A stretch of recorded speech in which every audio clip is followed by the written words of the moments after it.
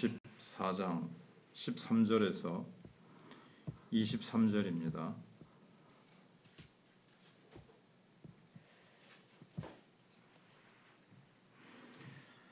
그런즉 우리가 다시는 서로 비판하지 말고 도리어 부딪힐 것이나 거칠 것을 형제 앞에 두지 아니하도록 주의하라. 내가 주 예수 안에서 알고 확신하노니 무엇이든지 스스로 속된 것이 없으되 다만 속되게 여기는 그 사람에게는 속되니라. 만일 음식으로 말미암아 내 형제가 근심하게 되면 이는 내가 사랑으로 행하지 아니함이라. 그리스도께서 대신하여 죽으신 형제를 내 음식으로 망하게 하지 말라. 그러므로 너희의 선한 것이 비방을 받지 않게 하라.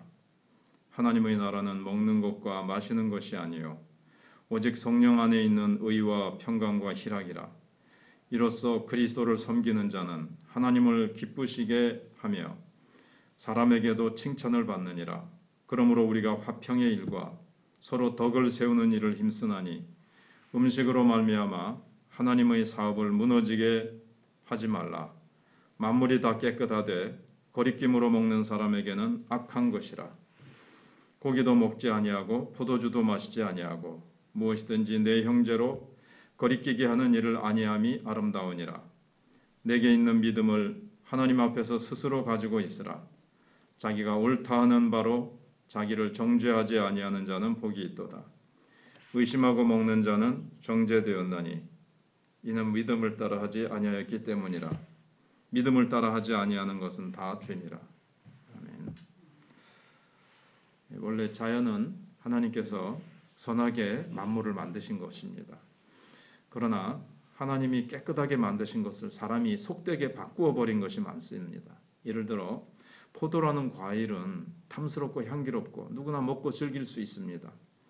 그러나 사람들은 그 정한 포도라는 과일을 가지고 술을 만듭니다. 근데 이 술을 잘못 마시면 자기 몸과 정신을 해칠 뿐만 아니라 다른 사람마저 불행하게 만들 수 있습니다. 순수한 과실을 놓고 먹을 것이냐 말 것이냐 고민하는 사람은 없을 겁니다. 그러나 술을 놓고 마실 것이냐 마시지 않을 것이냐 고민하는 사람은 많습니다.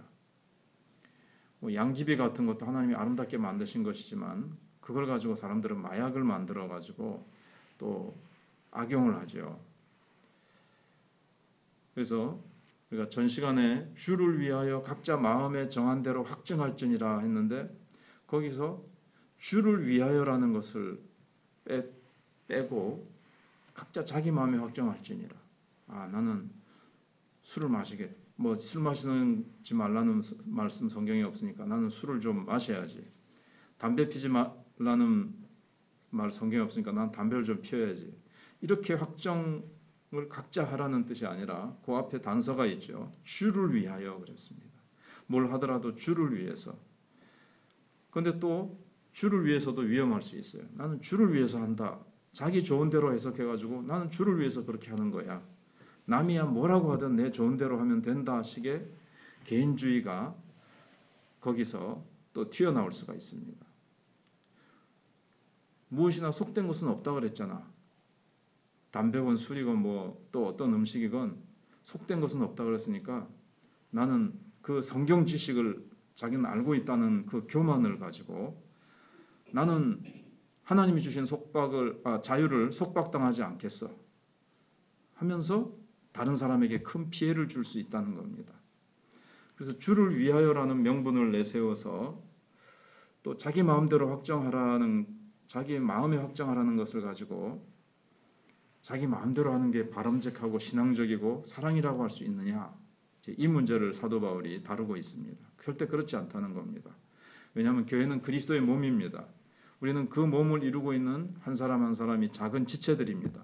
그래서 내가 옳다고 생각하니까 내 마음대로 한다. 그런 생각은 용납될 수 없다는 겁니다. 그래서 자기가 아무리 옳다고 생각하는 것이라도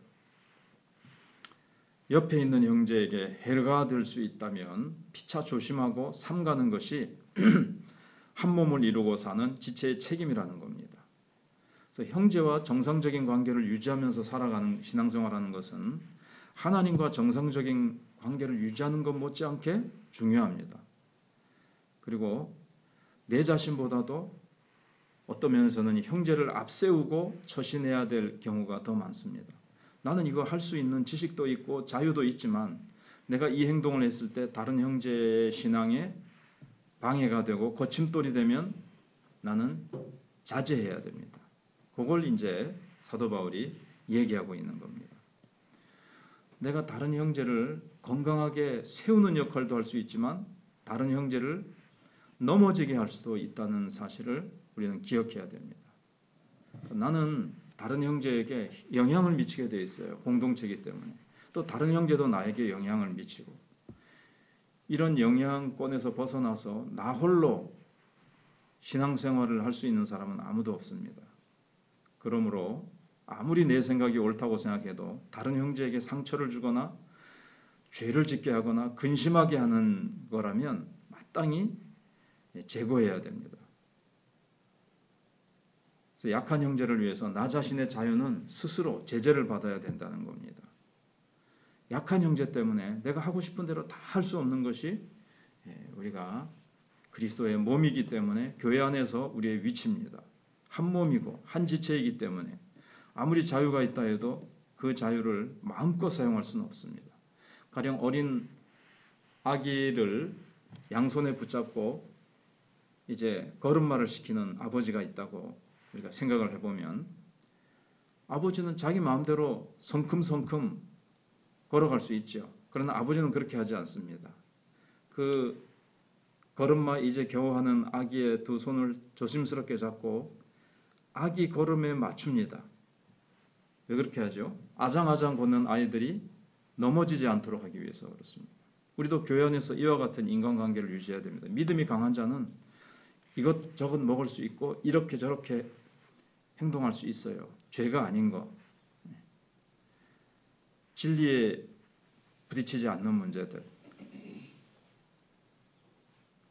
그래서 바울은 이제 우리가 전 시간에 형제를 판단하지 말라 그랬습니다. 근데 형제를 판단하지 않는 것, 비난하지 않는 선에서만 머문다고 문제가 해결되는 건 아니라는 거예요.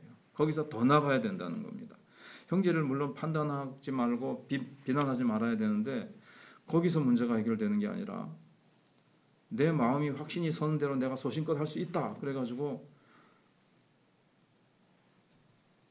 술을 마신다거나 담배를 마시면은 담배를 피면은 믿음이 약한 사람이 저분 참 신앙이 좋은 줄 알았는데 술 담배도 하네.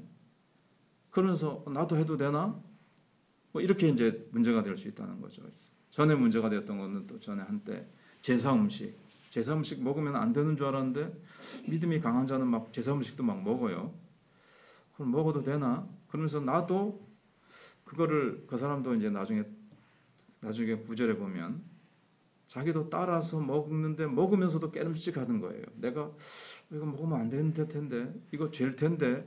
근데 같이 이제 장례식에 가가지고 어떤 모임에서 제사 음식을 먹는데 믿음이 강한 사람이 성숙한 사람이 먹으니까 자기도 이렇게 따라 먹는데 마음에 이거 먹으면 안 되는 걸로 알고 있는데 꺼름직하게 먹으면 그게 죄라는 거예요. 죄가 된다는 거예요. 이거 죄인데 하면서 양심의 가책을 받으면서 먹으면 죄가 된다. 이제 그 구절이 있죠. 뒤에.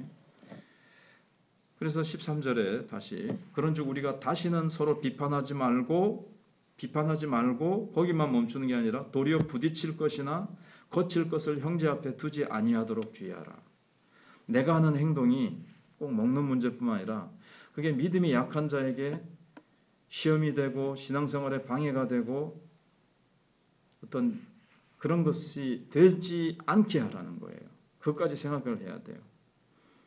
나는 주를 위해서 나는 이거 하겠다 하고 내 소신껏 밀고 나가는데 그렇게 한 것이 다른 형제에게 거칠 것이 되면, 여기 장애물이나 덫이라 그랬죠. 15절에서는 만일 음식을 하면 내 형제가 근심하게 되면, 근심하게 하는 것. 이는 내가 사랑으로 행하지 아니함이라. 내가 그 음식 먹는 것 자체는 죄가 안 돼요. 어떤 행동을 하는 게 성경에서 금하는 것이 아니라서 그 행동 자체는 죄가 안 되는데 어디에 걸리느냐? 그 형제에게 근심거리를 줬기 때문에 사랑의 법에 걸리는 겁니다. 사랑으로 하지 않았어요. 아니 뭐 그 형제야 뭐 시험을 받든 뭐 근심거리가 되든 신앙생활에 방해가 되든 말든 뭐 나는 내 소신껏 하는데 뭐 난 주를 위해서 하는데 뭐 시험 보는 지가 잘못이지 이렇게 하면 안 된다는 거죠. 그리스도께서 대신하여 죽으신 형제를 내 음식으로 혹은 너의 소신 있는 행동으로 너 나름대로 너는 소신 있게 한다고 하지만 그 행동으로 그 형제가 망하게 하지 말라. 그렇게 성경이 말씀하고 있습니다.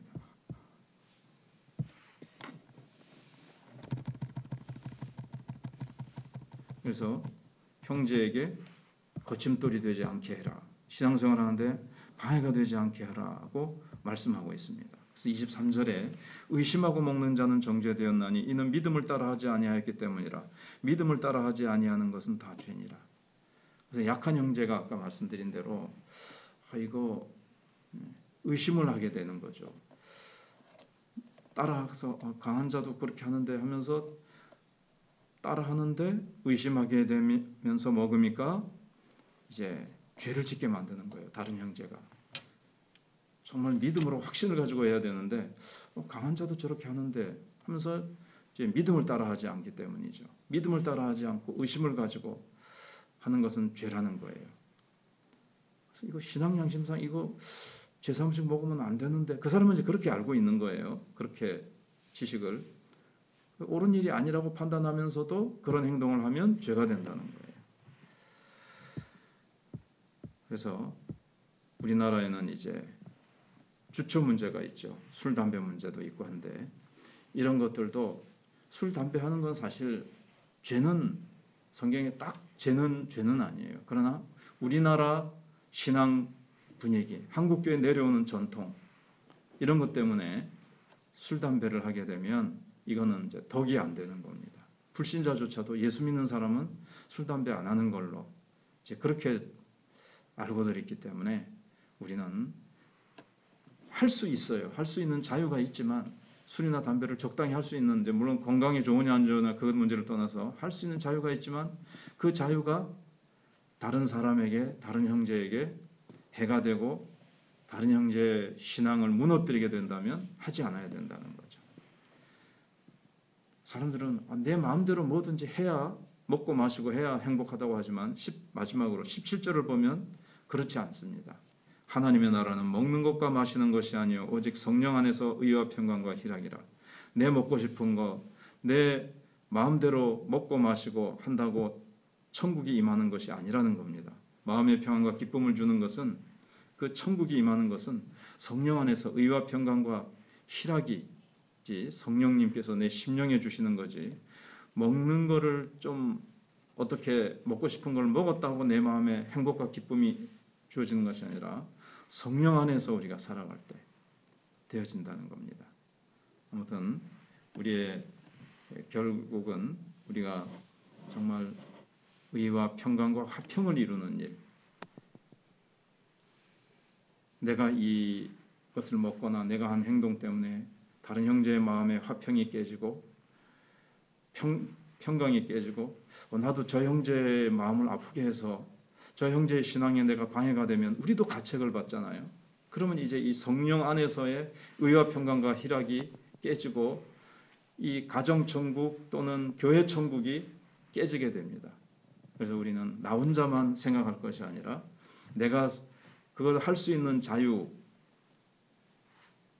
할 수 있다는 지식을 가지고 있지만 내 지식이 내 소신이 내 믿음이 다른 형제에게 거침이 된다면 나는 절제하고 그것을 하지 않으므로 다른 형제를 잘 이렇게 세워주는 그런 자리에까지 나가야 되겠습니다.